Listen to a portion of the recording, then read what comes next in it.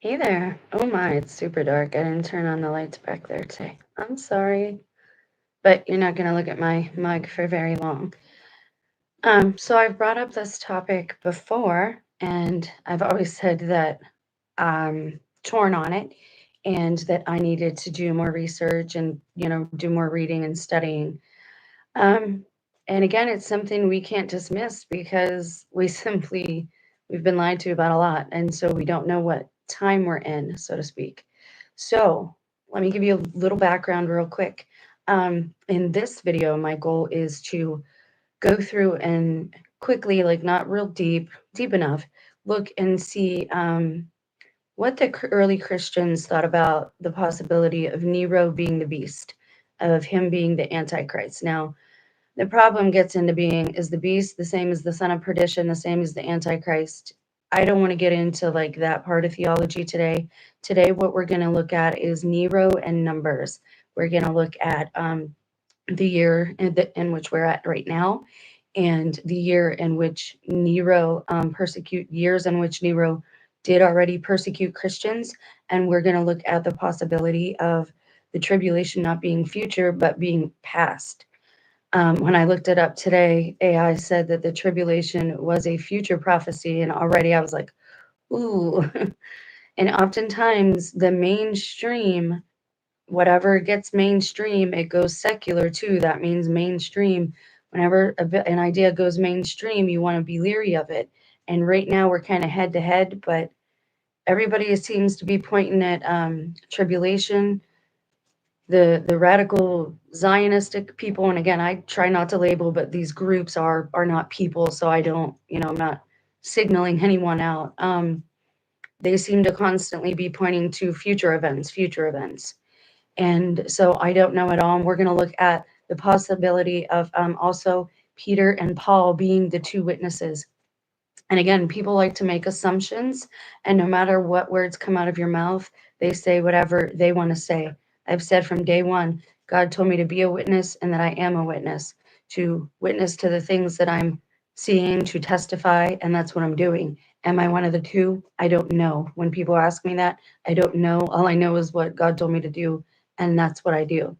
The other thing you want to keep in mind too is that things repeat, especially these cycles. So there are only three times in the world that we know of where the world goes through very similar cyclical events, and that is the days of Noah. And we are told that the end days will be like the days of Noah. And then you have right after Christ died, and you have when he was persecuted and resurrected, um, and the possibility of Nero being the Antichrist or beast during the Christian persecution, which would have been tribulation. And then you have Satan's short season. So all three of these events and time periods are going to look very similar, and they're going to echo each other. You're going to see patterns repeat in each series of these times, and that's kind of how you know if you're on the right track. The last thing I want to say as I get into the intro, or get out of the intro and get into the meat, is that I have not looked extensively at anyone else's videos on this. I have to study to show myself approved. I love to study, I love to research, and I like to learn new things. And this whole topic is new for me.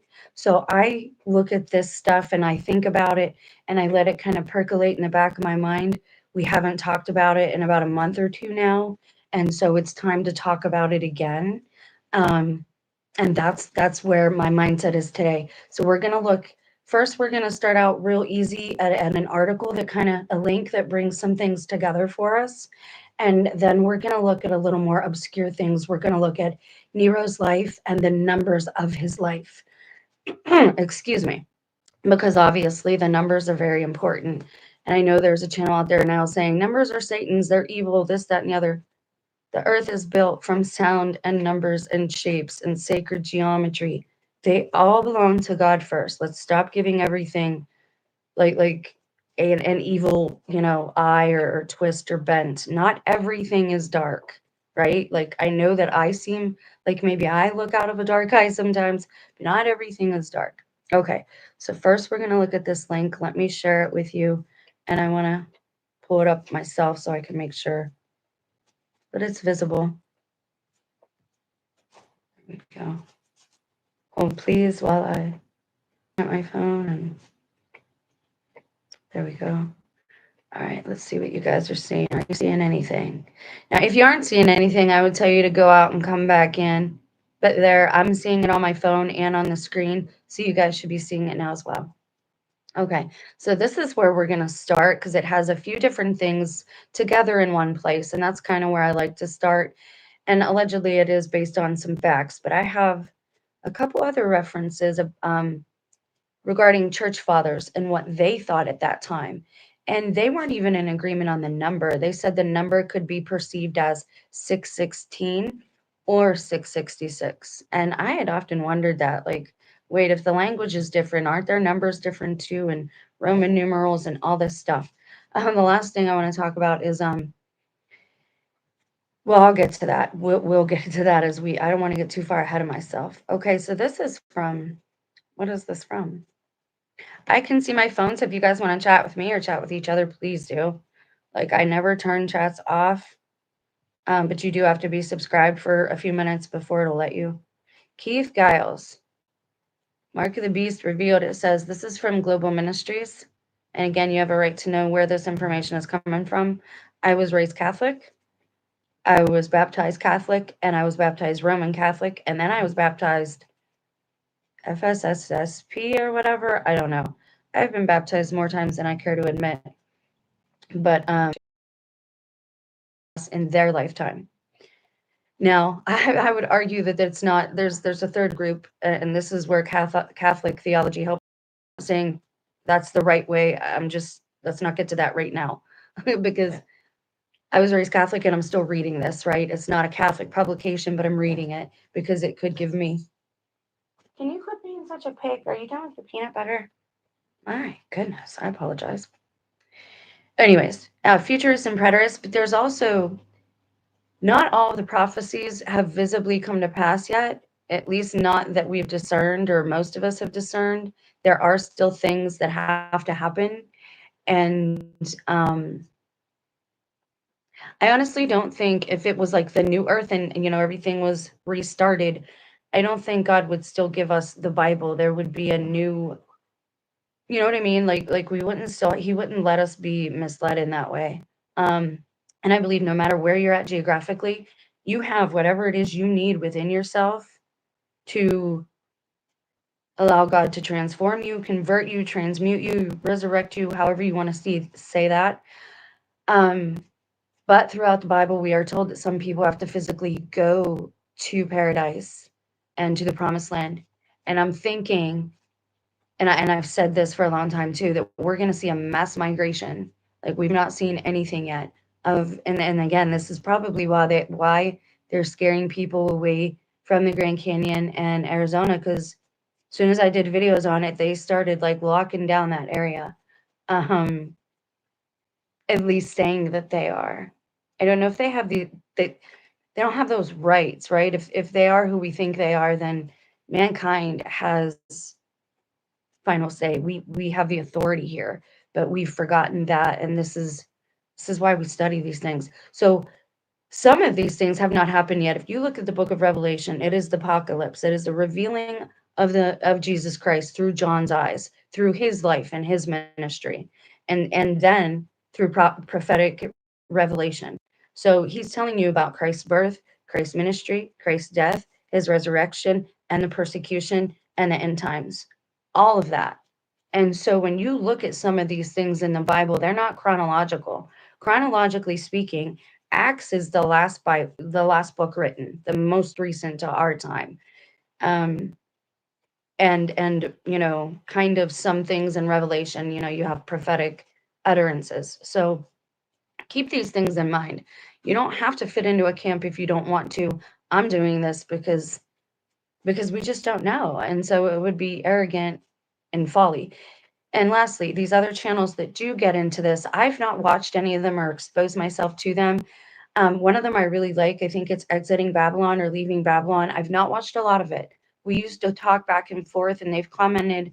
I don't even know if they remember. They commented on my first channel, And so I've always kind of been a cheerleader of theirs. But I have not dug into their content on this because I need to learn on my own. I need for this to come to me with fresh eyes and not with somebody else shoving it at me saying, this is the way, or that's the way, that's the way. Because that just turns me off from people. And that's why I kind of cocoon up and I look at things and I let them, and I would advise there's nothing wrong with taking your time. Says, I'm not a futurist. As such, I read the book of Revelation as a prophecy about events that have already taken place from our perspective and were fulfilled soon after John wrote them during the destruction of Jerusalem in AD 70. So many people still don't get it. Why are you watching for the red heifer and the third temple? These are things that the Jews are doing because they don't see their Messiah. Why do they have Christians watching with them? You know your Messiah came. So again, and I'm not saying those people are bad or evil or anything like that. I'm just saying that's it in a nutshell. Why are we watching the television? It's going to do whatever it can to steer us away from what's really happening. Mainstream media isn't going to want to televise certain things. Now, Gog and Magog, though, that's going to be an interesting topic. So, because of his perspective, he says, I do not believe that the mark of the beast has anything to do with current or future events. Check this out. So, when friends of mine post links to Facebook about new computer chips that allow people to store their medical records or purchase products by placing the chip under a scanner, I do not equate this with the end of the world, the rise of the Antichrist, or the mark of the beast. Let's continue on. Again, there's certain things we're looking at and certain that we're not. Since people seem to be very interested in this topic, I wanted to at least provide a different perspective to help balance things out a bit, which is good. The mark of the beast. When John wrote the epistle of Revelation to the seven churches, he made it very clear on numerous occasions that the prophecies contained in his letter were to take place, quote unquote, soon. This is why I don't like the show The Chosen, because I feel like the whole thing is mockery. What do you mean by soon? And Christ says, soon. What do you mean soon? Like they make these comedy sketches out of it. And they were writing the way that they were writing and very obscure and obtuse because they were transferring and currying these letters in a time of danger. They wanted to kill these people. And so they were hiding out, writing letters to each other saying, hey, this is happening. They couldn't call anyone by their real name. They had to use these different phrases um, so that only other Christians would know what they were talking about. Okay. So I just wanted to say that. For example, in verse 1, John says, the revelation of Jesus Christ, which God gave him to show his bondservants the things which must shortly take place. In verse 3, he says, and heed the things which are written in it, for the time is near. John uses specific words in the Greek throughout his epistle, which means shortly, without delay, soon, in a short time, near, about to, etc. Well, again, God's time is not the same as ours, but now, this guy goes on to say, there can be little doubt, therefore, the first century Christians who received and read John's letter understood at least one thing. They were reading about events that were about to happen very, very soon. Keeping this in mind, let's see if we can identify the beast from Revelation. First, since John is writing to the first century Christians about events that were about to happen quickly, then we can be sure that the beast was a contemporary of John, meaning he was someone who was living at that same time. Secondly, John describes this as either a person, Revelation 13:18, or as several people, Revelation 17:10, or as a government kingdom, Revelation 17:9. I would, again, scripture, I would go with all of the above, right? Usually there's a spiritual and a physical meaning. Um, So, first century Christians would have been very familiar with the Old Testament references in Daniel to the four beasts, Daniel 7:17, which correspond to four kingdoms or empires. Therefore, those readers would have known that John's reference to the beast in his letters pointed to the empire of their own day, the Roman Empire. Now let's go on. I mean, a lot of people say it's the Catholic Church today. The problem is the Rome in front of it. That's why I have a problem with it too, because I don't believe that that's how, at least in my current knowledge base, I don't believe that's how it was supposed to be. But But what about the person who is referred to as the beast? Since the Apostle John was writing this letter from captivity on the island of Patmos, he reverted to code, which they all did. Again, this was a politically heated time. Think of lockdowns, martial law. How are you going to get information to people you trust without using your telephone, without, short of using smoke signals? So people they use letters and code in their letters, just like people do today.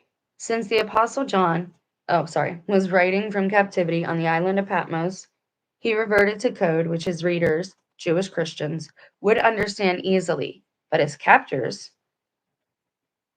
the Romans, would not.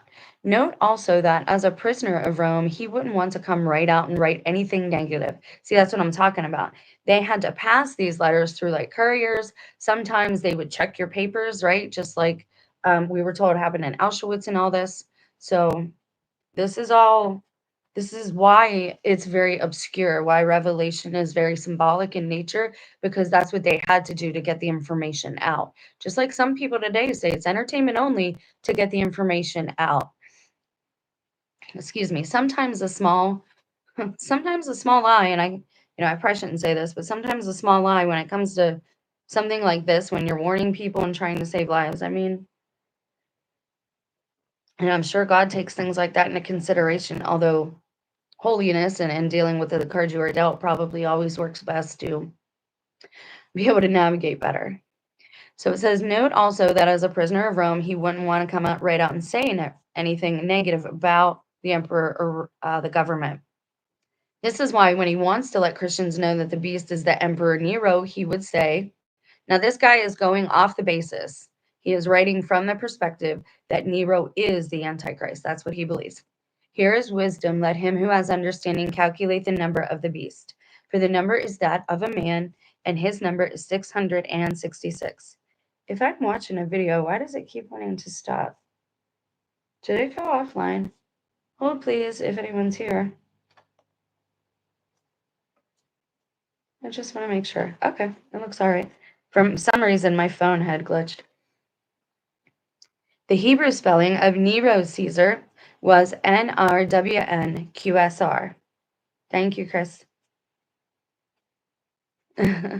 Was NRWNQSR. Since Hebrew letters doubled as numbers, it was a simple thing to take that name and add them together, which adds up to exactly 666. Example, N equals 50, R equals 200, W equals 6, N equals 50, Q equals 100, and so on and so forth. Hold, please. Now, the numbers matter here. I'm going to take you to something after this, and we're going to look at how long Nero persecuted the Christians, when did he die, and then we're going to do a little math and figure out what year, if this is Satan's short season, we're going to look at what year the war of Gog and Magog is either going to climax or end, or begin, or all three. Make sense? All right. Bear with me. And there's a lot to go through, and I don't want to get, again, we're going to stay on dates and numbers and Nero with this. But the two witnesses counts as a number, so we're going to mention them too. Okay. One fascinating variant of the same passage notes that some manuscripts read 616 rather than 666. But why? Because when Revelation was later copied into Latin, the name Nero Caesar didn't add up to 666 because the numbers, right? They doubled. It was easy to do in their own language, right? In the language that his name was from, I guess is the better way.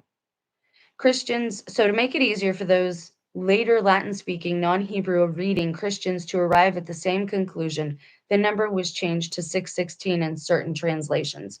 So you're going to say, well, isn't that lying? Not really. Again, if they are hustling these letters through, times of basically martial law, civil unrest, government, overreach and tyranny, like it's chaos. And so they're telling them, this guy, him, he's the beast, and this is the number. This is the one you got to watch out for. He's killing all of us. Because maybe like now, because they've always had the technology, right? Maybe like now, the screens were hiding what was really happening behind the scenes. And yes, they had technology back then. There's almost no way they couldn't have. But let's go on. So, want more proof? Okay, in Revelation 17, 9 through 10, John tells us, this guy writes, he makes a good case briefly. Here in the mind which has wisdom, 7 heads are 7 mountains on which the woman sits, and they are 7 kings. 5 have fallen, 1 is, the other has not yet come. On which the woman sits. Well, women are usually referred to as churches or cities or countries. And when he comes, he must remain a little while. And I'm also a theory. Let me tell you about a theory that I have so you know. You're going to say, well, if Nero was the Antichrist, right? Where was his we don't know if he had a head wound or not. You're going to say, why didn't he resurrect? That's that's the beauty of the Bible. It doesn't tell you how much time is in between the mortal head wound and the resurrection. It is very possible that the Antichrist from the tribulation who receives the mortal head wound is resurrected in our time years later for Satan's short season.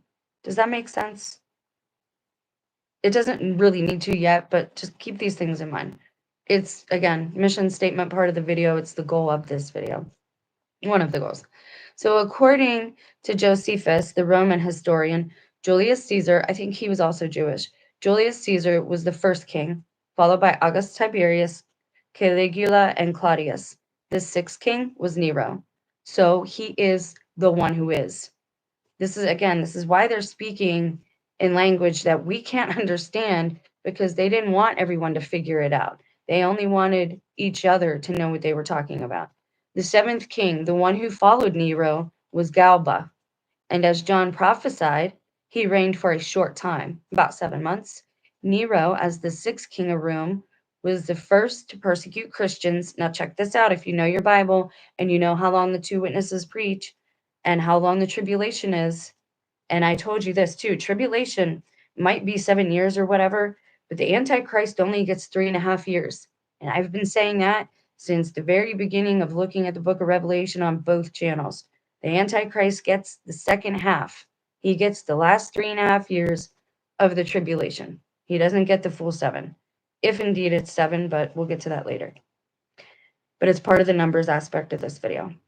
All right, so check this out. He started persecuting Christians in November of 64 AD, and it ended on June 8th, 68 AD, when he ended himself. That was 42 months of persecution. So what else takes place for 42 months in Scripture? Hold please.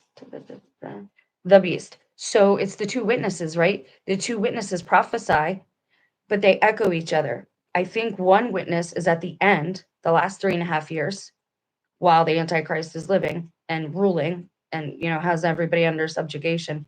And the other one was at the beginning. But we're not sure about Paul and Peter's deaths, but we're going to get into that after this. So just hang in there with me.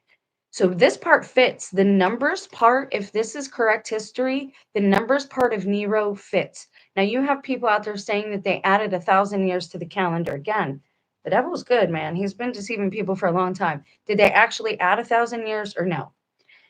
I and J meant the same thing, and it also was a 1. So it doesn't matter. Like that's what people don't understand. It means the same thing. Language, man. Don't let them fool you and deceive you with language. Just because they say, oh, this one, that means, that's you're worshiping da da da da da. No, Adonai in Greek means God. It's just God. And everybody says, well, what God are you praying to? Well, there's only supposed to be one. And yes, there are helpers and angels and demons or little g gods, whatever you choose to call everybody else. So the numbers fit as far as the time of the tribulation, 42 months, matches the time of persecution for Nero, which was 42 months. And it also matches the time of the prophesying of the 2 witnesses. And guess what? Paul and Peter both were killed under Nero's rule. They both were martyred under his rule. And who was going about the earth in that time to the 4 corners preaching the gospel, witnessing to Christ. They were. Oh, I just thought of something. In Acts, we just went over this a couple of videos ago in Acts when I said, wow, Peter was really hard on those two people because all he did was said something to the guy like, hey, why are you lying to the church? And the guy dropped dead, right? That's fire coming from his mouth, like God says about the two witnesses. It's not literal fire, guys. His words are fire, right? Like people say today, wow, that's fire. His words were on fire with truth, with fire of the Holy Spirit. So when he said that to that man, he dropped dead. And that's what the two witnesses are supposed to be able to do. That's kind of why I do these live. And that's one of the only reasons I show my face is to like, wow, we really might be in Satan's little season. Because I think in 2027 is going to be either the end, the beginning, or both of Gog and Magog's war. Like you're seeing the buildup of it now. And that's the thing. They want Christians to think it's persecution. They want Christians to think that, or people to think that it's aliens. They want people to think that it's fallen angels. They don't care what you think as long as you fight. Satan wants to fool as many people as he can into fighting physically. When you do that, if you come against the wrong side, and we don't know who's who, we don't know. We know what the TV tells us. We can't be that easily led or misled. I would advise you not fighting with any angels or aliens. That's above our pay grade. Like, don't do that. Like, they leave us alone for the most part and deal with each other. Don't get involved physically in this war because if all the devil is doing is trying to expand his numbers for the war of Gog and Magog, then that means he's going to have a lot of deceived Christians on his side because that means Christ is here right now. He's in a city. And I said before, like, if, and just bear with me, I've said before, like, if this is the 1,000-year reign, why would Christ hide himself? Why would he not? But he hid himself all throughout his ministry. He would hide himself away to go pray. He would hide himself away from the apostles just to have a minute or two. Sometimes we didn't know where he went. He would just disappear and then suddenly he was there again. And Peter and Paul said that he did this, that ever since he started walking amongst us, something like that to that effect. So Christ would hide. You ever seen that movie, Undercover Boss? And that one verse in the Bible that says, he who seeks shall find, and it's God's job to conceal a thing, not to deceive people about it, to conceal it until a person is ready for it. Well, it's very possible we just can't perceive yet. Now we're getting these auras, the aurora borealis, further and further and further into these other areas. It's very possible that that too is a sign. Now, I know that leaving Babylon, they talk about the North Pole being the city of the saints. I don't agree with that. I would almost wholeheartedly disagree with that.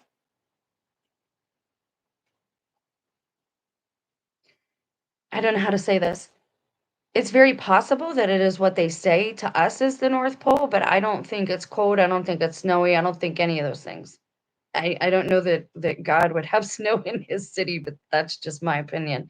How would you constantly have like garden and lush and, you know? Anyways, moving on. Wow, this is wild.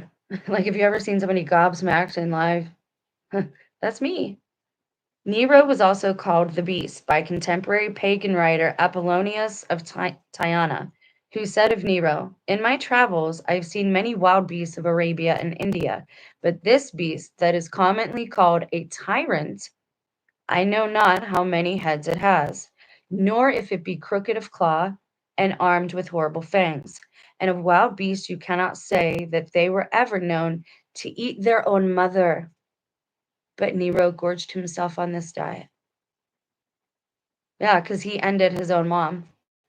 And that's another reason I'm looking at this, because that's what mine want to do to me. And that's what a lot of us, they've had us thinking that the Antichrist was Gilgamesh resurrected, but I think it's probably the same character throughout. But what are they saying now? We're in this together. We're in this to get her. To get who? Anyone, any woman. The church is a female. Women who are mothers, because we're like Mary, and she brought Christ here. Any woman, it doesn't matter. That's why you're seeing these false wombs and this whole craziness take place. But if I'm right, then we're almost done with Satan's short season. 2 more years is all we got to make it. 2 more years. Okay. But we'll get to that and how this time, if this is Satan's short season, it's going to echo and look a lot like tribulation. The two things will look very similar. And if I'm right in this theory, again, I had to have time to think about these things, and you don't have to believe me. I love that other channel. Like I said, we've talked before on my other channel and this one, I think. I'm not going to watch their stuff until I have a firm foundation of, the information, and then I'll be able to watch their stuff, understand what they're going over, and either add something productive or learn something as well and add it to what I have here. I don't want to watch somebody else's stuff and accidentally like be not manipulated, be influenced by it per se before I even have my own opinion, I guess is what I'm saying. Okay, here we go. Wow, this is exciting. I'm sorry, new information is so cool to me, and this is really cool.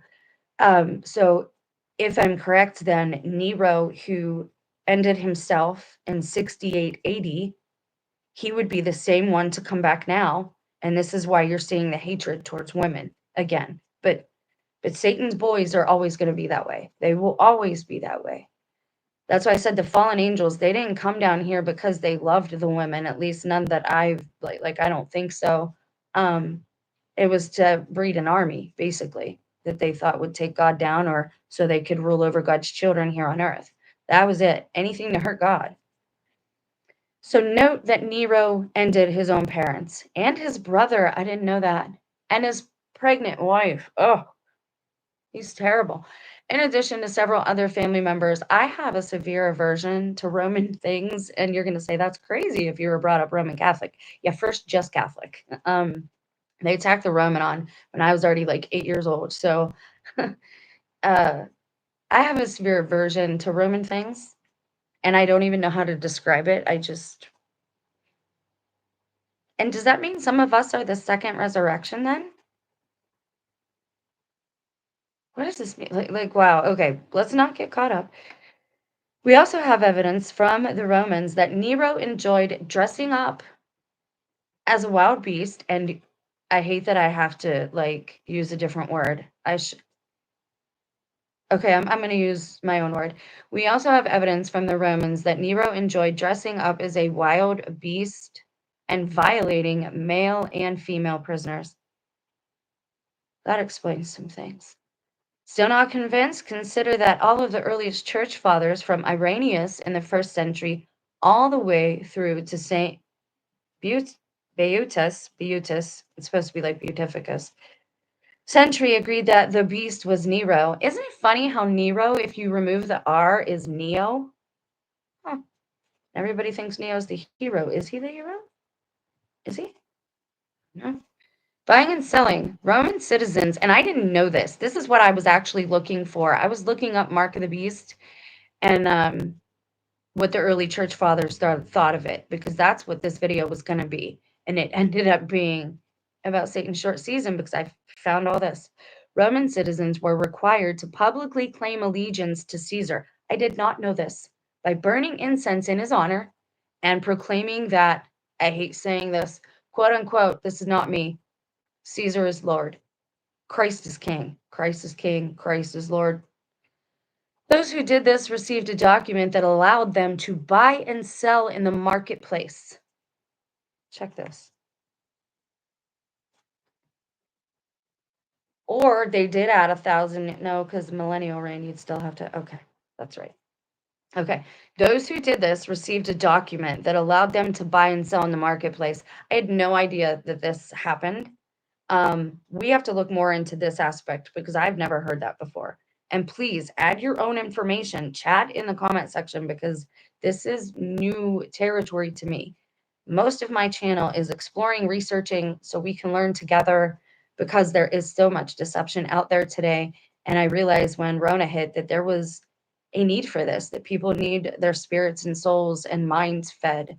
There's plenty of channels on how to prep your body because anyways, without it, no one could purchase anything. Therefore, the mark of the beast or the document that showed your allegiance to Nero as Lord was required to buy and sell if you lived during the time when John wrote his epistle to the 7 churches. Boom. Because I'm honestly, I'm to the point where I've seen several presidential administrations go by now. I've seen several times people saying, oh, it's the rapture, it's this, it's that. Like, I've seen so many people lose faith because of things like that. I don't want to be fooled. And I don't want to be fooled by the television. At least reading, it's your own discernment. You can build a picture in your mind. That's why I tell you, don't let the media frame a story for you. Watch it with the sound down, and you will learn more that way. Without it, no one could purchase anything. So if you guys can verify that, if anyone wants to, I need to remember to verify that somewhere else. So in conclusion, this guy says the mark of the beast is not a microchip. It's not a barcode. It is not your credit card. The beast was Emperor Nero. The mark of the beast was the number of his name, which added up to 666. We're told that the beast would reign in terror for 42 months, and Nero's persecution of the church lasted exactly 42 months. But wait, there's more. All right, so we're going to look at a couple things real quick together because I want you to see this as well as I see it. All right, so I'm just going to go up here and we're going to do like a Google search. And I'm going to do, how long did Nero rule? I want you guys to see the numbers yourself because when you learn, sometimes that's the best way to learn is by seeing. Don't get all wonky on me. There we go. This is mostly new to me, Chris Utter says. Yes, me too. Okay, it says Nero's reign as Roman emperor lasted for 13 years and 8 months. He ruled from 54 to 68. Now, how long did Nero persecute Christians?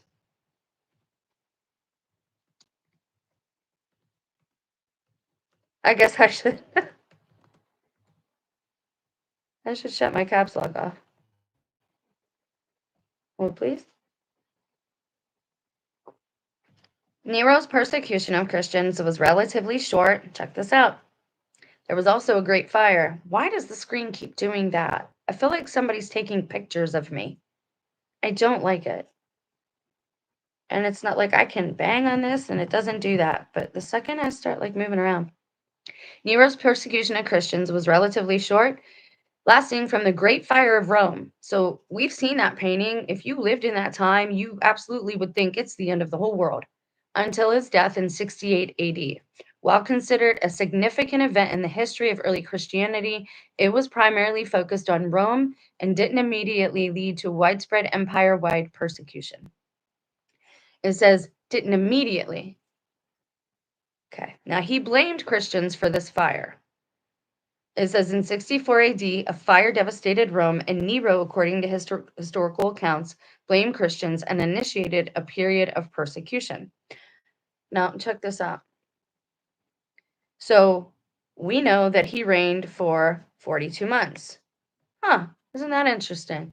Well, let's look at this.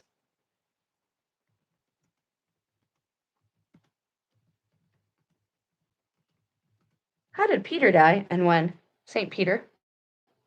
How did he die? He was martyred, crucifixion, upside down, or no, was that just Paul? I can't remember. He was reportedly crucified upside down at his own request around 64 to 67 AD. They can't say for sure. So it's very possible Peter would have been the first witness for the first 3.5 years. And then you would have had St. Paul for the second 3.5. So watch. Paul. When did St. Paul die and how? The exact date is unknown. It occurred during the reign of Emperor Nero. The Great Fire in Rome in 64 led to a persecution of Christians, and it is believed that Paul was executed during this time. Everybody's waiting for a third temple. They destroyed the temple. Like that already, part of that already happened. Christ's temple that he was talking about was the body. Like, I don't know how many times that needs explained to folks, but this is why the news can fool people, because I don't know how to say this in a non-offensive way. Like, you got to have spirit. You got to read the book with spirit. And a lot of people, well, what does that mean? Like the thing that animates your body that you can't see, like your mind working and operating in unison with your heart. Like, you have to have spirit. And yes, there might be a physical third temple built, but if you're going by what Christ said, Christ was talking about the physical body. And again, if you're going back to Old Testament prophecies, stop doing that. Our Messiah came. Like, everybody's watching like they are the Jews and don't know any better. And I pray for the Jewish people, the true Jewish people, all the time. And it's not anti-Semitic to say the truth. They don't see the Messiah. He is not their Messiah yet. So, and maybe he is. And again, what we're seeing on TV is all just actors. Real people of God understand that it's all spirit related. Yes, we're told how to operate in life, but all of this stuff should come from the heart, a desire to love each other and your fellow man. Anyways. Okay, so the next thing to look at. So if Nero died, when did Nero die and how? Oh, we got to look at a couple more things. We got to look at, does he fit the bill of the Antichrist? Because I want to show you a couple things. Let me show you something. Nero, born no kidding. Who knew that was his name and didn't tell me? See, I have an aversion to Roman things. I don't look them up. I don't do that. Who knew that Nero's name was Lucius? Are you kidding me? Like Lucifer? Are you kidding? Like Lucian today, the leader of the Satanic Church? Are you kidding me? I don't know what else to say. Like, I'm a little... Wow. I was finally ready to look at this topic with fresh eyes, and I guess I am, because this is all surprising me. Okay, his name was Lucius. I thought his name was Nero. I thought that was his name. Okay, so he was born in Antioch in 37 AD. His father died when he was young, and his mother, Agrippina the Younger, remarried Claudius, his uncle. Agrippina, Agrippina maneuvered to have Nero adopted by Claudius, who also made him his heir, bypassing his own son Britannicus. That's harsh. Nero married Octavia, Claudius's daughter, further solidifying his position. I see. It was all political maneuvers and money and control and power and politics, stuff that I'm sorry, I don't care about that stuff. I apologize if you do. Upon Claudius's death in 54 AD, Nero became emperor at the age of 17. This would show why that number 17 is rather important to this guy, because you see it everywhere. That's one of those numbers that's, oh, oh, oh, well, la-ti-da. Do you see that? Reign and notable events. The early years, or the Golden Age. Some historians describe the first 5 years of Nero's reign as a period of good governance, with reduced taxation and some loosening of government regulations. Who else does that sound like? Who does that sound like, guy? Who does this sound like? Golden Age. It's all he. He is being resurrected. That guy is going to come back to life. He might have. We already did. He's not been revealed yet. So you're going to say, well, why would there be a... Because again, it's not completely in chronological order. So if in the time of tribulation, we have the Antichrist, and then the Antichrist is slain, killed, but then he rises again, it doesn't tell us how much time is in between those two events. So it's very possible Lucius here, could be his boy for then and now. Just a thought. Public image. Nero was known for his extravagant public appearances as a musician, actor, and charioteer, which were considered scandalous by the aristocracy, but popular with the common people. Musician, actor, and charioteer. What's that, like a cheerleader? Chariot, do you cheer the chariots going by, or do you actually run the chariot? That's probably the guys that race them, huh? The horses do all the work. A musician and actor, that makes perfect sense. That makes perfect sense. Tyranny and plots. Nero's reign was marked by increasing tyranny, executions of political rivals. Who does that sound like? We're seeing that happen now, including his mother and his wife, and suppression of dissent. Wow. In 68 AD, revolts broke out in the provinces, and the Senate declared Nero as a public enemy. Facing imminent capture, Nero fled and ended himself.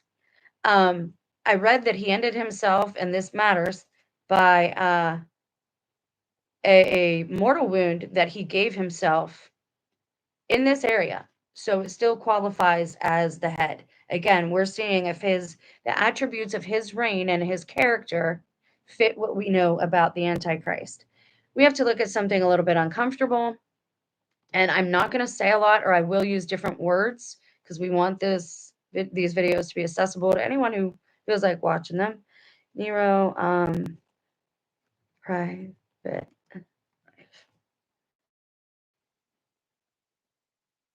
Because we are told that the Antichrist will have an unnatural affection. And I don't care what anyone else says. A natural affection means that he's going to be a part of, either secretly or openly, of the Rainbow Club. You feel me? That's what unnatural affection means. It means that you don't go along with natural law. You are being unnatural. You're transgressing. You're going against the way that God set up the kingdom. And again, you can be as mad at me as you want. It's God's, it's not me. Like, I didn't set this up. I'm attracted to women all the time. Do I act on it? No. I'm attracted to men all the time. Do I act on it? No. And if I feel like I'm attracted, then I just look away or I end whatever, you know? Come on now. This is a time where we're supposed to be growing our spirits. So Nero was betrothed at 11 and married at 15 to his adoptive stepsister, which we know. At 24, he divorced her, banished her, and ordered her bound with her wrists damaged, and had her... Wow, this cat is cruel. Can you guys read this? I'm not reading this part. This is what he did to this young lady that he married, his stepsister. Like, hey, sis, thanks for getting me good in the family, making sure my seat was guaranteed. Now, for your troubles. All right, so we're going to look at his intimate.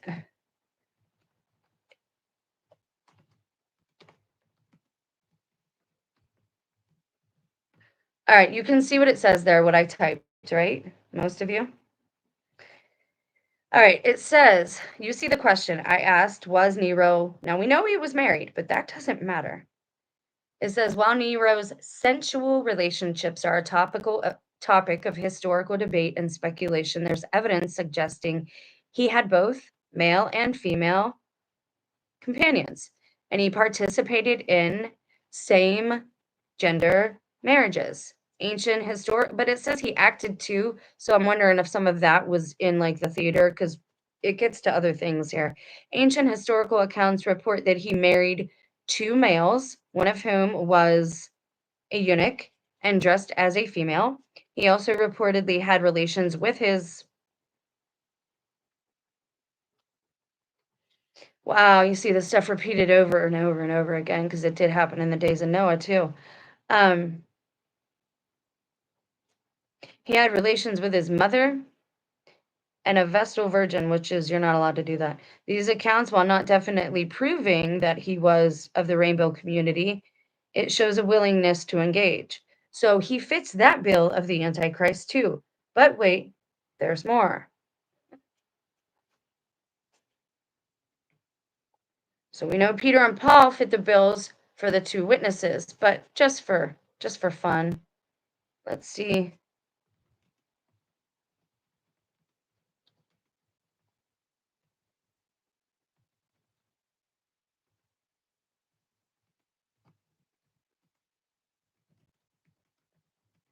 So I'm just asking it real quick before I show you the next bit of stuff I found. St. Paul.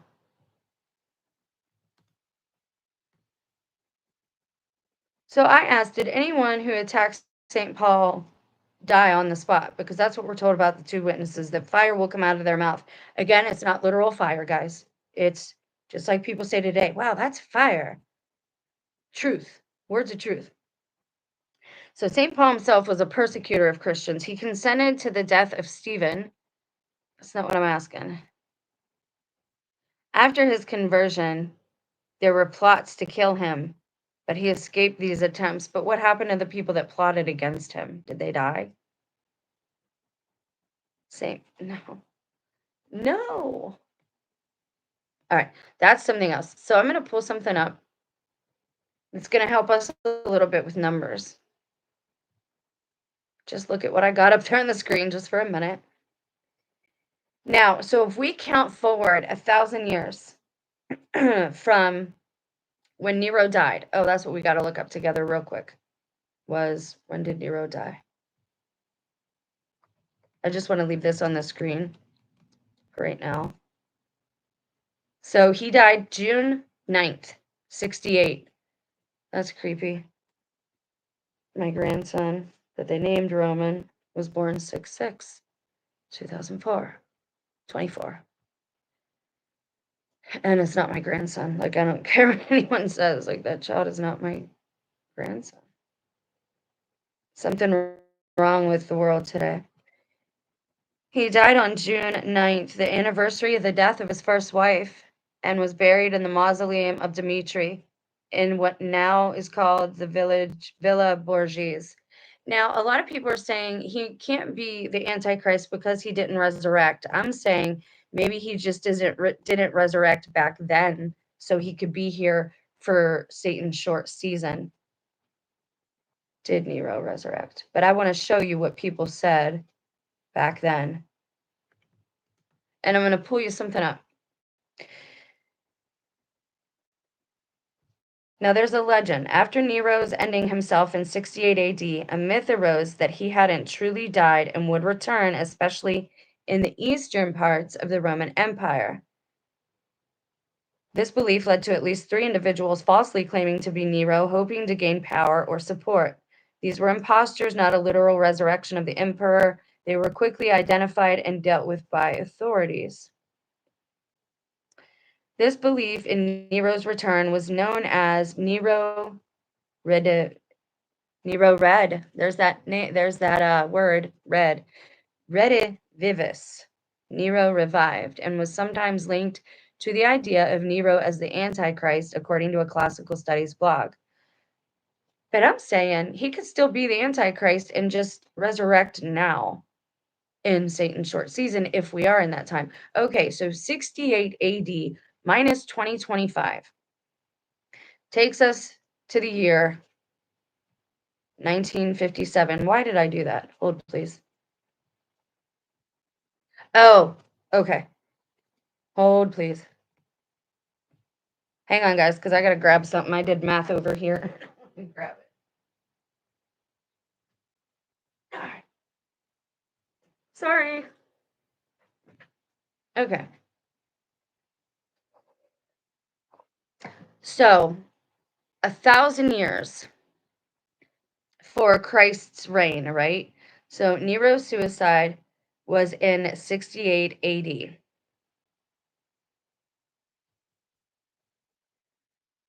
So, if we add 1,000 on to that, that would be 1968, right?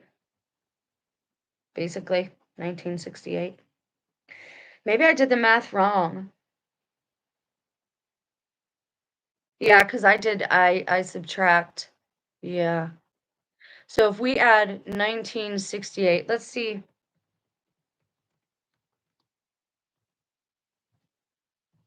And then I'm going to pull something else up from my Gmail that all right, we want to take a quick look at the year of 1968 because this would have been 1,000 years. So some key events. It was a year of profound global change and turmoil. Major events included the Tet Offensive in Vietnam, the assassinations of Martin Luther King Jr. and Robert F. Kennedy, and the Prague Spring. These events, along with student protests and social unrest, significantly impacted American society and the world. There's another page.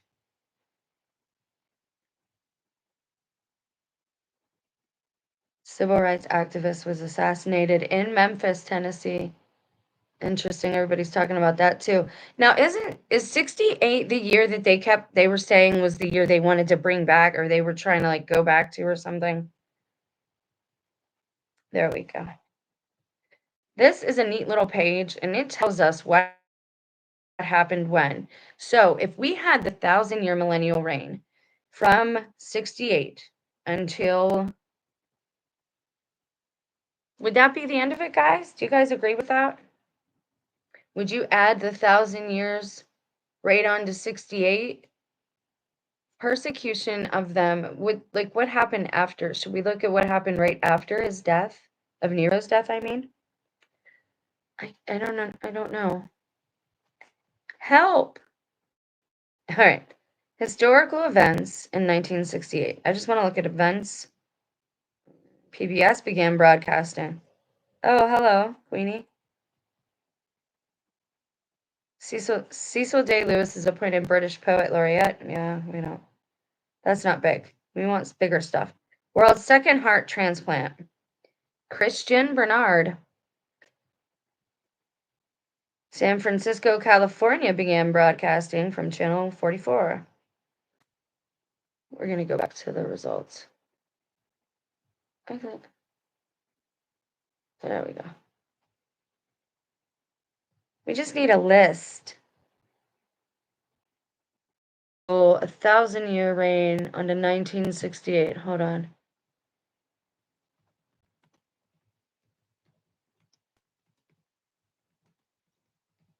Let's see. How long did it take things to calm down after Nero did reign? And we're going to look at what he looks like, too, because that tells us a lot. Following Nero's death, the Roman Empire descended into chaos, known as the Year of the Four Emperors. Because then there's the four, so we did get into that, which fits. Oh, no. I strongly dislike these kinds of mouses. Here's a more detailed breakdown. Power vacuum. Nero's death created a power vacuum. Blah, blah, blah. Civil wars. The power struggle between various generals, including Galba, Otho, and Vitellius, resulted in a year of intense conflict. So how long after the Antichrist? Because Christ's second coming would be after tribulation, before short season, because for the short season, he's here to fight Satan. Satan tries to destroy the city, and it's protected. Maybe, unless, now just follow me for a second, too, because I'm still learning on these topics. Unless the 1,000-year reign of Christ was what you see here, the church ruling and, everybody like Christ, Christian. It's only been the last few years that it's been like really bad to be a Christian, allegedly. Public sentiment. Many Romans mourned him, and rumors of his return persisted. To erase Nero's memory, many statues and images of him were destroyed or repurposed, and his name was removed from public records. Didn't they try doing that same thing to Trump after he was first president? I told you guys, this stuff all repeats. It's so weird. I mean, I guess it's not that weird, but I think it's weird.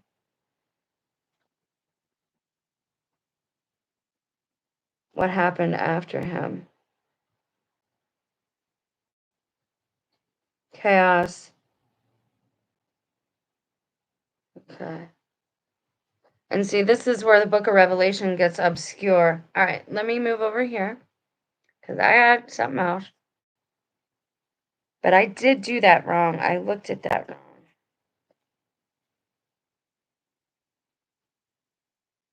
All right. Now we're going to look at... We're just going to search this.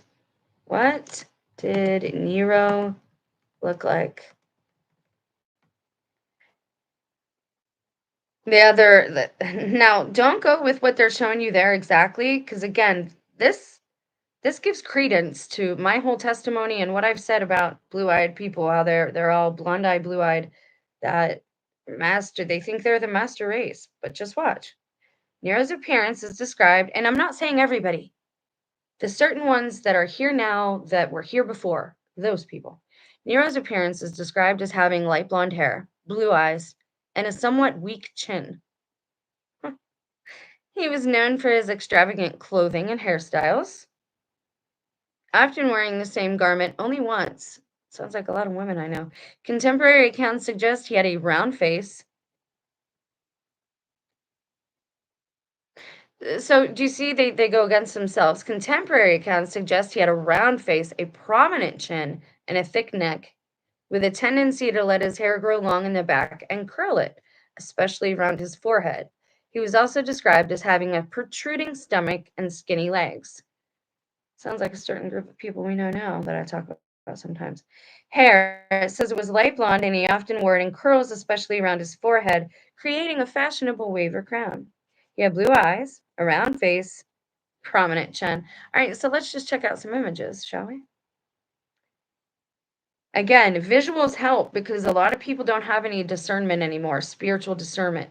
And I know because I've had to practice mine. And I'm not judging. We are all behind here, and or maybe not. And yeah, this looks like almost every guy that I see having a new YouTube channel. They all have that same, and I don't mean some of it's ridiculous, but I mean the hair, the eyes, all of it. That guy who was singing the country song that got signed, just some regular Joe, they said. I told you red hair was the thing right now. Why do they always get rid of the nose, though? All right, some people are saying he's blonde, but then that looks red. Who does this remind you of?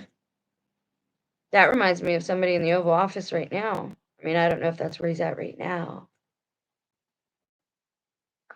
And he's making everything gold, gold, gold.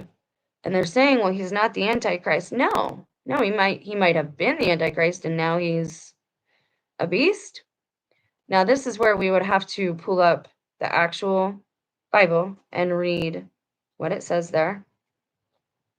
But we're going to pull up something, if I can find it, hopefully. He did not have black hair. What is that nonsense? I know that for a fact, or they wouldn't be persecuting all of us darker haired and darker eyed and whatnot people.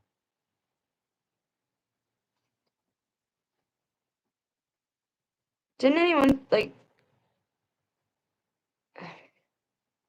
they all look so different. He was only 20 something. He couldn't have looked that old. You guys make up your mind? That looks like Trump right there. And again, I'm not a Trump hater. It just is what it is right now. He's looking real bad.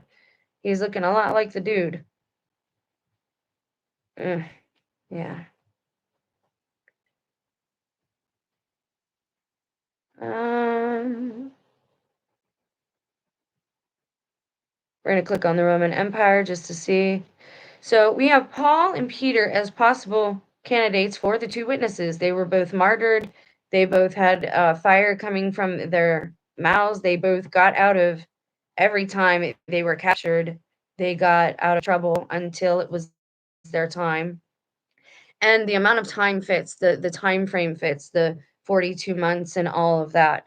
Now they'll say, well, and I've said this too, so let me play devil's advocate. Well, why would they lie about us being in the short season now? Well, because they don't want you watching for the Antichrist. But again, you're just going to see all these things. These things are repeating. Now, should we bring the U Bible up? Bible verses on short season. That might be a good way to close this out because I got to do more study on what happened that year. Because I would be wrong about then the short season amount of time and what year Gog and Magog might happen. Short season of Satan. Because I did the math wrong. I should have done it the other way around, but I subtracted first, and I shouldn't have done that. I should have added first. The conception of a short season, Revelation 27 through 10. Can I just have the Bible now, please? Because I don't, like, AI is getting funkier and funkier by the day.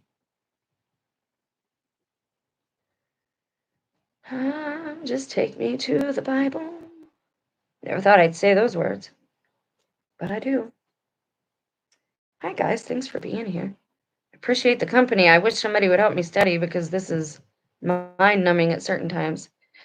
Okay, so then I saw an angel coming down from heaven. He had in his hand a key to the hole without a bottom. I could dime store version. Are you still with me? La da da. Bad stuck, really bad. Sorry. Satan and a great chain in his hand. He laid hold of the dragon, that serpent of old, who is the devil and Satan, and bound him up 1,000 years. So if we add the 1,000 to 68 AD, if that's right, maybe it should be 70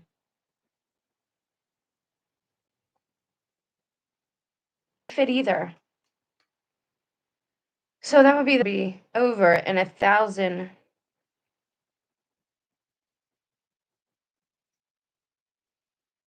That's like many years later, or ago, I mean. Let me look at that though. Let me see if I can find it. 1,068.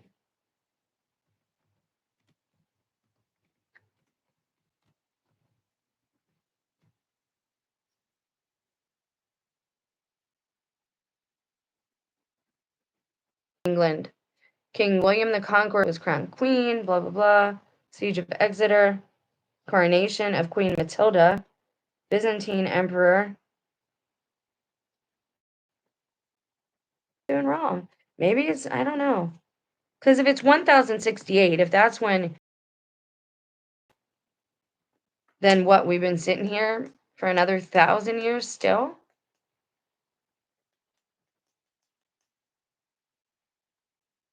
They kind of took the wind out of my, so that's not going to work. All right.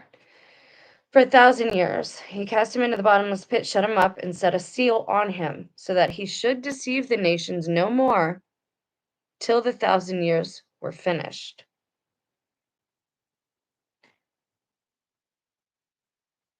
But after these things he must be released. And I saw thrones, and they sat on them, and judgment was committed to them.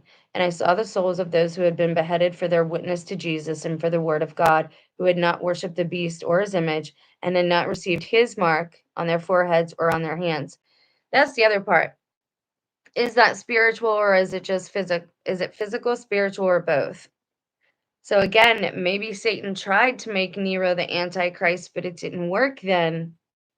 So he's trying now with someone who really fits the bill. Like, he looks like the old paintings. I mean, not to be rude, but he kind of looks like that, especially when he's angry or he's making those strange, like, he says the same thing all the time, and all the camera does is, like, the news will be talking and they'll just go by him and he says, "Thank you very much." And he gives the thumbs up. Like, who are you thanking and for what? That's all he ever says. But he fits physically. He looks like him. You've got the golden age thing, all that stuff happening again. Back then, they did it a little more recently and added 1,000 years. Why would they do that? Year reign? That's where I get lost with this whole theory, guys, is the math. Because none of it completely matches up the way that it should. At least not for me. This is why I need help with these topics. Because I don't, like, I'm trying to give it a, and I see it in some ways, right? Like, I absolutely see it in certain things. But the numbers don't match up for me, and I don't know what I'm expecting, but we're obviously in a time that's very strange now. Or they want it to seem very strange now.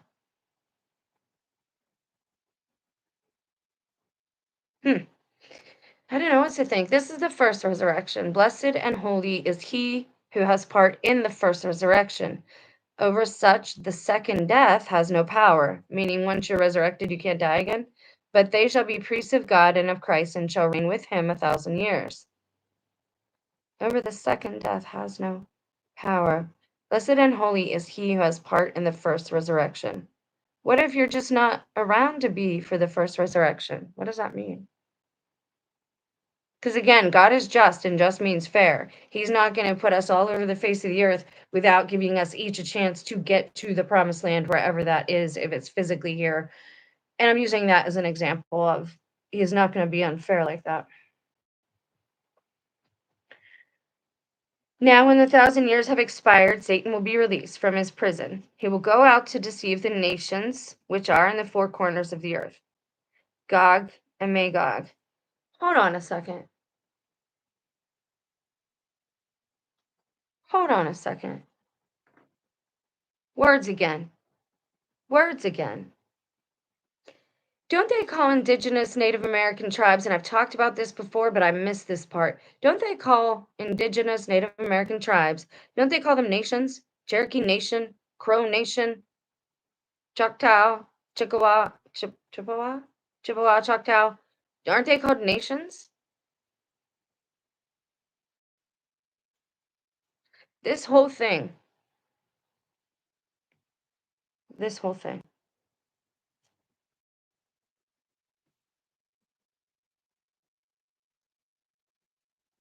Just bear with me a second. I'm thinking. You might see some smoke in a minute. So, is the United States mocking, or is it telling us the truth? Which are in the four corners of the earth. Where are the four corners, guys? Do you know? What is the other one? Utah? I always forget the fourth one. Anyways, they call those states the four corners, and who lives there? The lost tribes, nations against nation. Is this talking about a Native American battle? Holy cow. Because that puts a whole new spin on all of this. And they just indoctrinated all of us.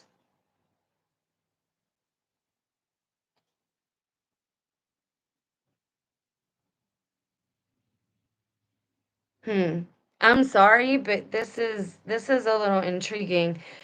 So do they mean four corners of the whole earth?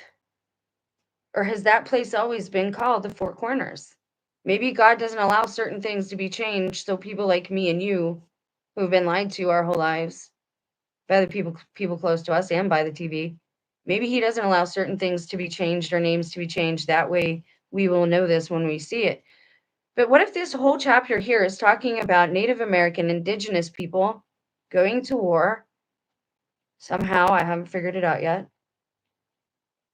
Deceive the nations which are in the four corners when the 1,000 years have expired.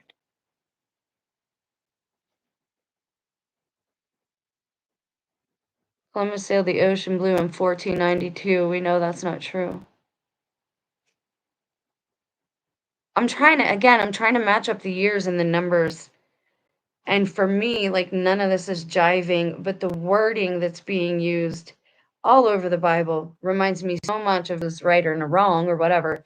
Indigenous Native Americans. Recently, that I've just read something and it's pointed back to them. And I know you're going to say, well, their words are different and this, that, and the other. Let's not. So I'm relating it to the English that I know. We might have to start reframing how we think about a lot of these things.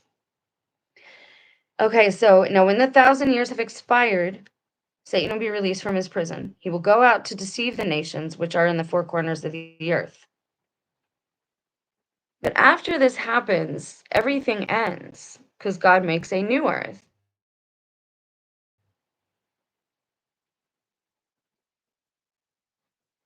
We wouldn't still be living as we are. Gog and Magog, to gather them which are in the four corners of the earth. Gog and Magog. We got to look, because everybody says they know what that means. Oh, it's Russia. Oh, it's this. Oh, it's that. What if it's Native American language? Because we've seen in our exploring Arizona and the Grand Canyon that a lot of their words are Hindu and Hebrew. And that doesn't make any sense in America, but it is what it is. Havasu, all those different words. So Gog and Magog, what does that actually hold, please? Let me do a little etymology recon here. So Gog, etymology. I don't care about, take me away from the Hebrew right now. What does it actually mean, though? Roof or covering? Covering. Gog is described as the leader of a nation called Magog, who will invade the land of Israel. And it says Gog, suggesting it derives from a root related to a roof or a covering, or a higher dominating figure, a higher elevated position. So it might just mean, so then what is Magog?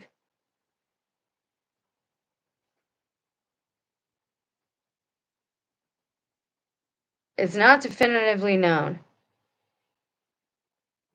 Potentially a region or people with connections to the Scythian or Tartar tribes. Some theories suggest it may also be linked to Akkadian. See, now even AI is talking like somebody on TikTok. You can't trust what it says. Akkadian term, land of Geigs, referring to Lydian of Geigs. Caucasian origin, Caucasus Mountains, Scythian. What language did the Hopi speak?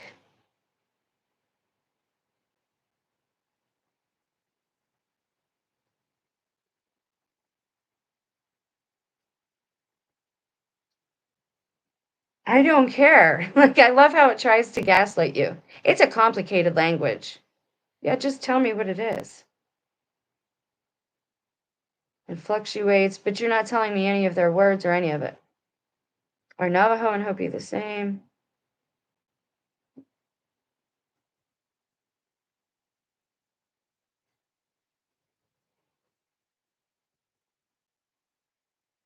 Oh, the Hopi time controversy is the academic debate about how the Hopi language grammaticizes the concept of time. That could be where we're running into some problems. They call God, we call him Tonkashila, grandfather.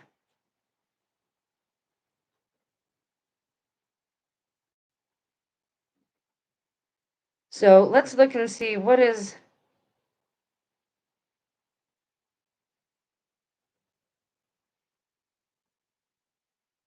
in Hopi.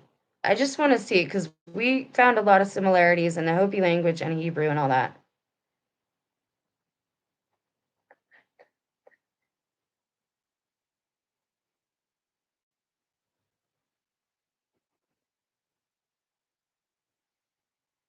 Wow, they're really bad at this. They don't want you to know their language at all.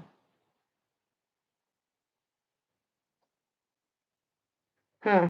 All right, that's going to be something I'm going to look at a little more by myself. Okay, the devil who deceived them was cast in the lake of fire and brimstone where the beast and the false prophet are. They're already there. They will be tormented night and day forever and ever. You stinking thing. Okay, so he died. Let's check 69.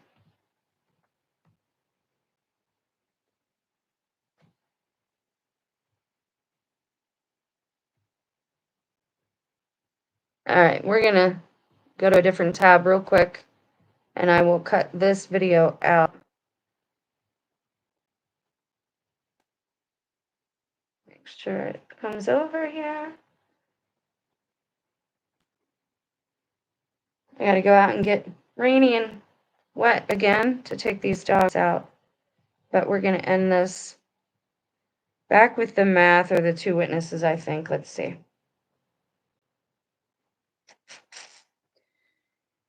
All right, so if he died in 68, 69, Then you would add the 1,000 years if you want to say that immediately comes the 1,000-year reign. But would it come immediately? Like, how much time is that's the this is why I don't set dates either going backwards either, because it's difficult. But you want to look at events at least and try to get an idea. I'm going to look at something else too. Maybe they have numbers.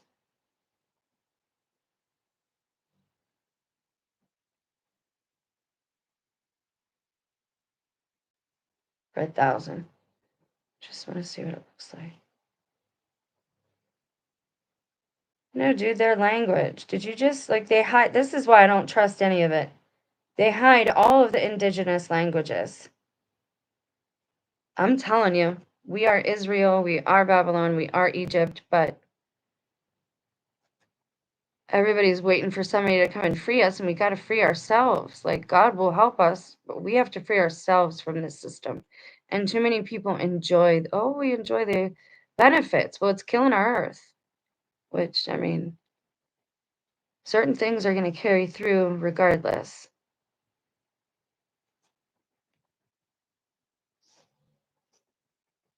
So if Christ is ruling, do you think there would still be battles? Possibly outside of the city, outside of the new city, right?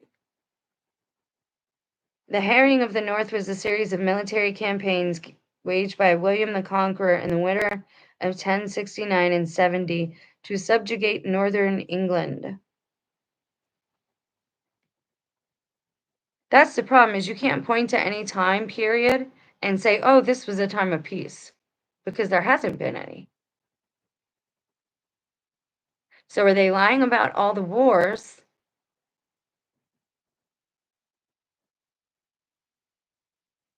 Even happening to keep us all in Babylon?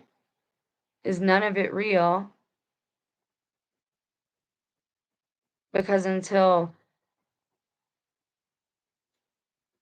if we're in Satan's season, either way, that's like 1,000 years that, like, we have unaccounted for. And that is so just wrong. Like, just wrong. I don't know how to feel about that, guys. All right, I'm going to pull something else up so that we can end on a note that makes sense, because my mind is kind of blown by all this. Nero really fits the bill, but he didn't. The head and the hand thing, yeah, spiritually it's what you think about, but it says you can't do anything without it without buying or selling. See, so that's the problem for me, is it's not fitting there. There's a few places where this still don't fit for me.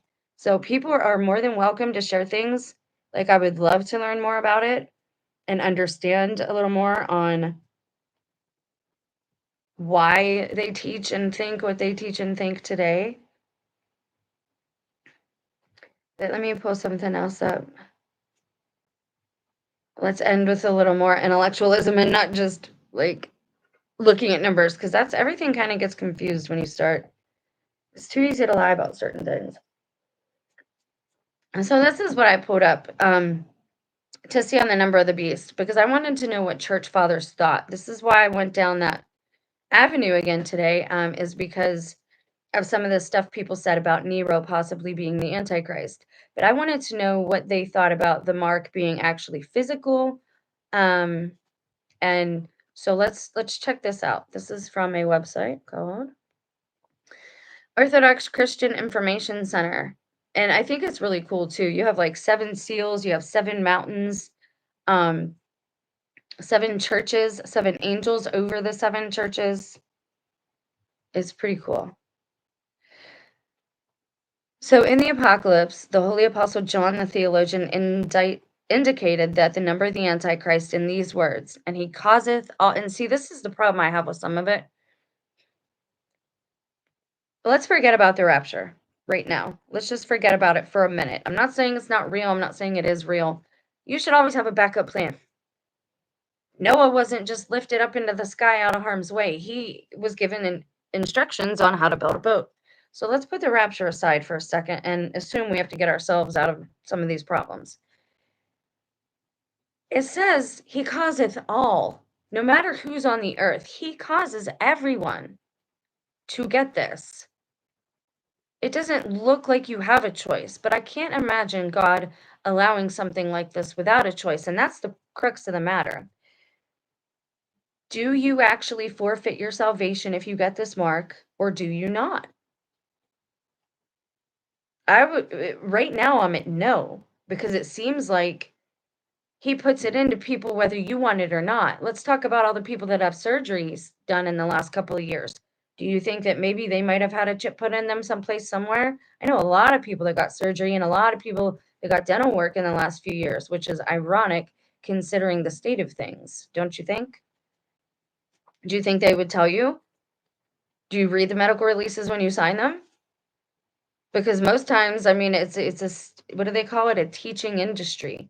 So when you see a doctor, like you are consenting to them to experiment on you because it is a learning, progressing teaching industry, they said, and you don't know until you trial and error and all this other stuff. Anyways, it says right there, he causeth all, everyone, he causes them to get it.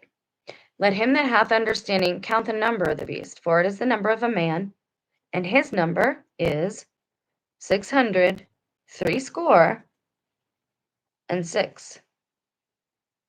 Threescore. For it is the number of a man, and his number is 600, threescore, and six. Ever since then, there have been many interpretations of this number, and the exegesis, the Holy Fathers, have proceeded from the fact that the number of the beast, i.e., the Antichrist, is the number of his name. Now, he makes some good points in here, which I think are very relevant. It talks about how, and I don't know if he talks about it in this part, but like how Holy Trinity, unholy Trinity, right? God has a seal in his people. It doesn't allow certain things to happen to you. The seal of baptism. Satan will also have a seal of corruption. There will be something that you have to get. Anyways, the mark or the name of the beast or the number of his name during the time of the Antichrist, everyone will be offered to receive the mark of the beast, and therefore Christians ought to know the essence of what this means and what the number signifies. On this subject, a majority of Christians today fall into one of two basic categories: those who are indifferent, those who consider it to be of little importance, and even laugh. It would appear that such apathy has a lukewarm attitude reflects a shallow, superficial faith. Absolutely. And the second group are those Christians who, possessing zeal without knowledge, are led astray by the enemy into overly literal interpretations. Right. That's the problem, though. It says finding the number of the Antichrist in trademarks, documents, and on currency, an extreme approach that frequently leads to the development of a Pharisaical sectarian spirit. I would agree with that on almost everything, but it says that you can't buy or sell without this.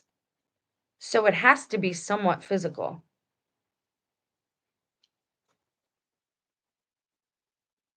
Some people call it the internet. Are they going to make us buy everything online? You can't buy or sell unless you have the internet. And if you want the internet, well, then you've got to be plugged in yourself. www 666.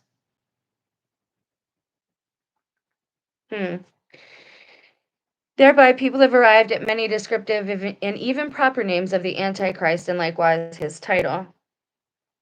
So it says they're trying to say there's going to be a correspondence between the number of the beast and the sum of the letters of this or that name. Wicked leader, ancient envier, truly malicious, unrighteous lamb, and others. Doubtless any descriptive names corresponding to the number 666 can, and of course, be applied to the Antichrist. However, we must direct our attention not to an external search for names, but to ascertaining the inner meaning of the name of the beast. After all, the Apostle John the theologian indicated specifically that in order to comprehend the name of the beast, it was essential to have wisdom, i.e., Christian love of wisdom, and not simply an arithmetical formula, meaning don't be so literal. We know that divine names, such as Lord Jesus Christ, Son of God, and others, can contain a condensed form of the entire Christian confession. The Haitiats fathers often point this out in speaking about the Jesus prayer. That means that, like, they say Yeshua actually means Yahweh saves, right? God saves. Jesus means God saves. Like, they're saying you can get the whole The name describes the attributes of the person as well, right? Just like angels of God and even people who had names that meant, God is with us, God is above, and all these different things. So it's saying here, it is interesting to trace how over 1,000 years, thousands of years, Satan has been preparing mankind to accept his religion. Many pagan cults confess some kind of divine triad. The ancient Romans had Jupiter, Juno, and Minerva. The Hindus have Brahma, Shiva, and Vishnu. In the Egyptian religion, one finds the Trinitarian group of Osiris, Isis, and Horus. The concept of a trinity also exists in Buddhism and among ancient Slavs and Celts. In the Greco-Roman religious cults, this idea was reflected in the veneration of the three-bodied goddess Hecate and the three-headed Scylla, the triune divinities of the Kibiri. At the gate of Hades stood guard the fiendish three-headed dog, Cerberus. Numerous divine triads have been revered by pagan tribes of the Americas and Africa. The cult of voodoo, which is related to modern Satanism and still practiced today, Santeria, believes in some anti-trinity. These confessions may be said to contain fragments of true revelation. If Satan did not exist, one could say that these pagan peoples revered the true God in Trinity, even though their concepts of just who this is were in many ways distorted.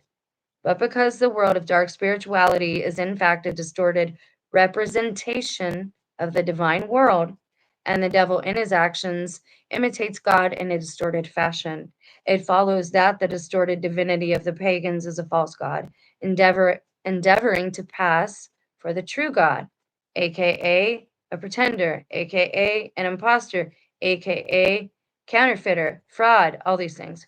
Through the lips of the prophet David, the church warns us that all the gods of the heathens are devils.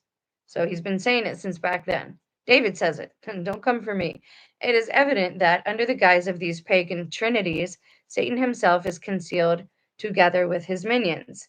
This is iconographically supported in the Christian art of Europe and Abyssinia, Abyssinia, Abyss, in the Abyss. Hey, that's an actual place? Huh. Maybe we should look at that. One finds three-headed, three-faced, or three-horned depictions of Satan, symbols of the satanic false trinity. I've done videos on that, the unholy trinity. 2,000 years ago, as Christianity spread throughout the world and disarmed and bound the religion of Satan, blah, blah, blah. Yeah, I'm sick of reading about that guy. I just want to know if they looked at the number the same.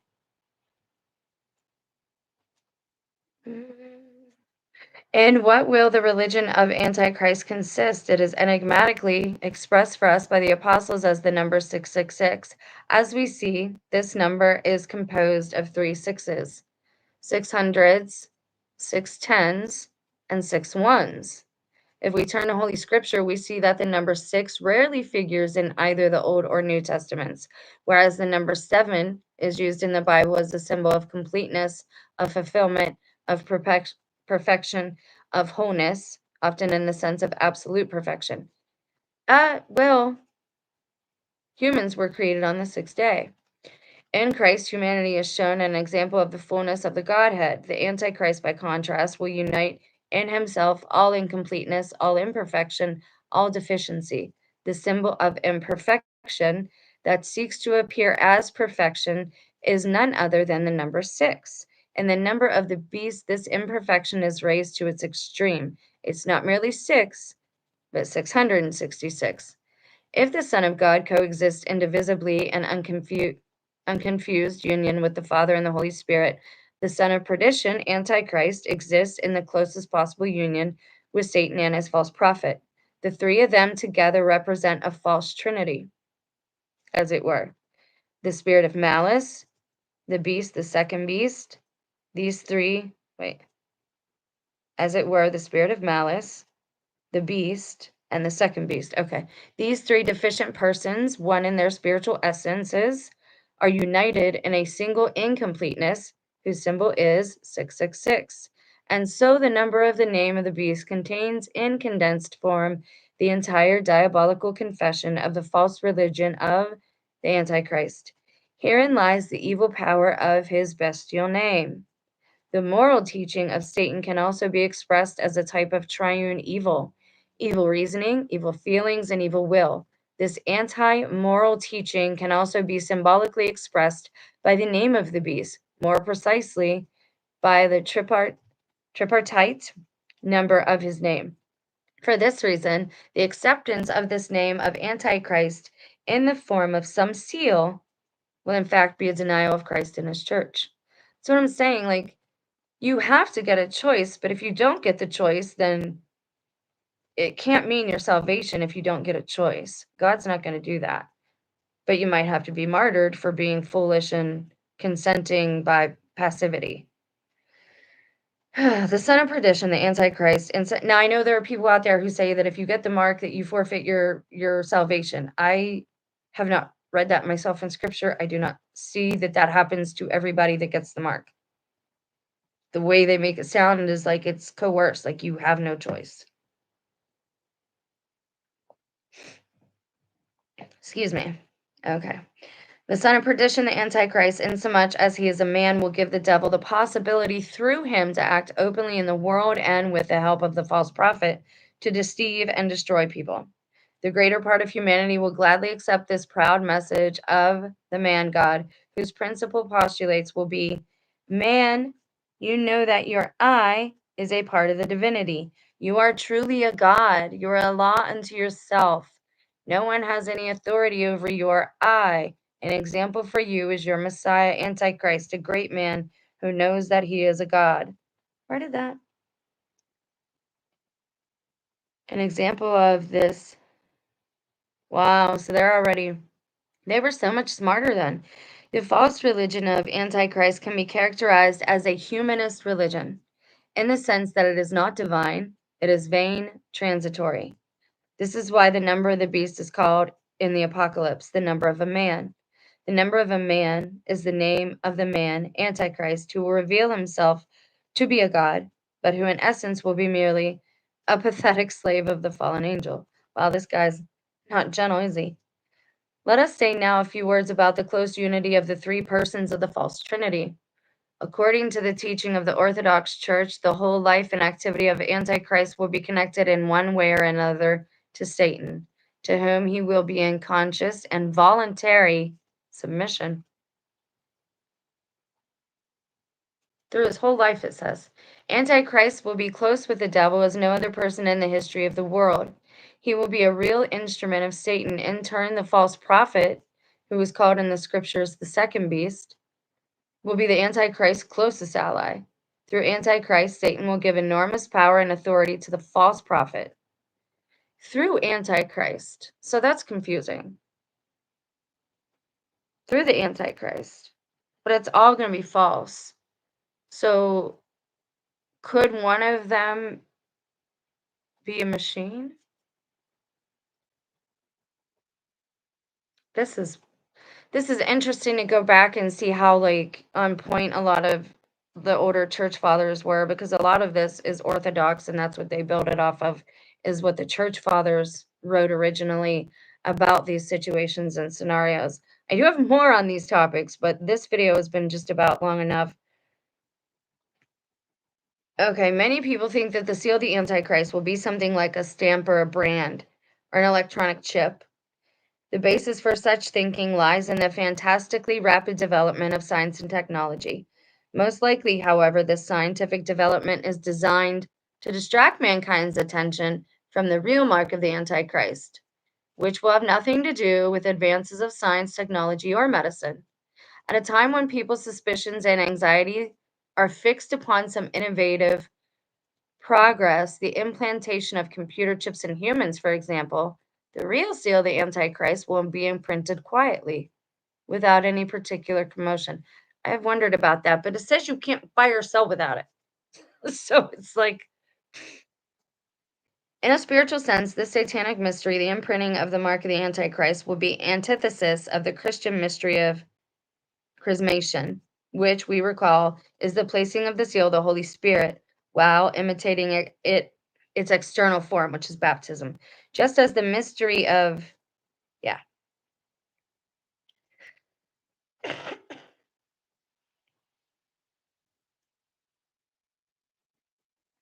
I'm not going with this though, because you're still, why does everybody always neglect that one part?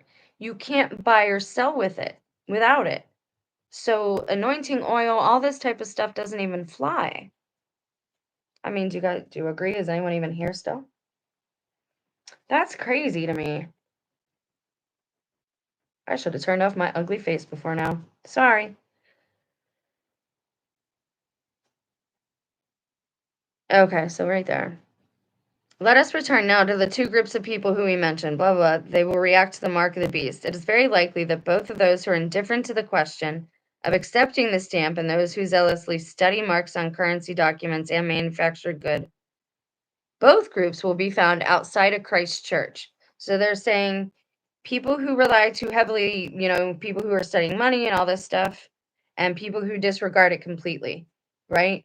So I think it's both. I think it's a spiritual thing, and I think it's a physical thing. And I don't think God will allow it to happen to you if you're unawares, but if he does, then there's got to be a way out of it. God always makes a way out because we're foolish. We do dumb stuff. And consent is one of the rules here. Okay, so here they will accuse the earthly part of Christ's church with having accepted the mark of the Antichrist, although in fact this will be simply some credit card or new type of personal document. Furthermore, such zealots, not according to knowledge, will proclaim that their group alone, which has rejected these marks, is the true church. Clearly, this will be nothing but a new schism or sect. I don't know if I agree with that though. Like, I'm to the point I don't want to participate in any of this. It all feels wicked to me. The salvific royal path consists in, first, not accepting only those innovations of civilization that are clearly connected with the renunciation of Christ, and secondly, not participating in any non orthodox rituals.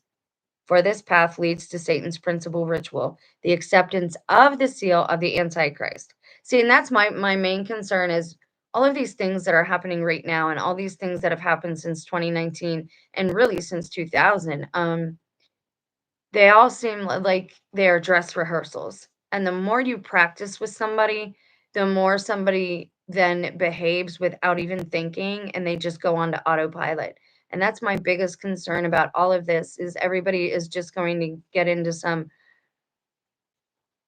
animalistic way of behavior, not even animalistic, like just some trained behavior, mode of behavior when you really need to be having your wits about you and be discerning and be fasting because this is not the time for whatever's going on.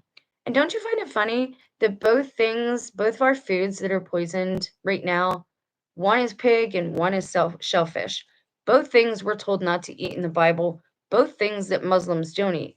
And we're also told that an invasion of aliens is coming, but aliens used to mean foreigners from other countries. Just thought I'd throw those two things in there for you like I try to do in all of my videos. Please be watchful and don't be foolish. So it seems okay. So this guy is saying, will we be able to repent after having accepted the mark? On the one hand, there's little hope that a person who does not have enough faith and spiritual strength to refuse the mark will be able to repudiate. So he's saying that you will get a choice. Right.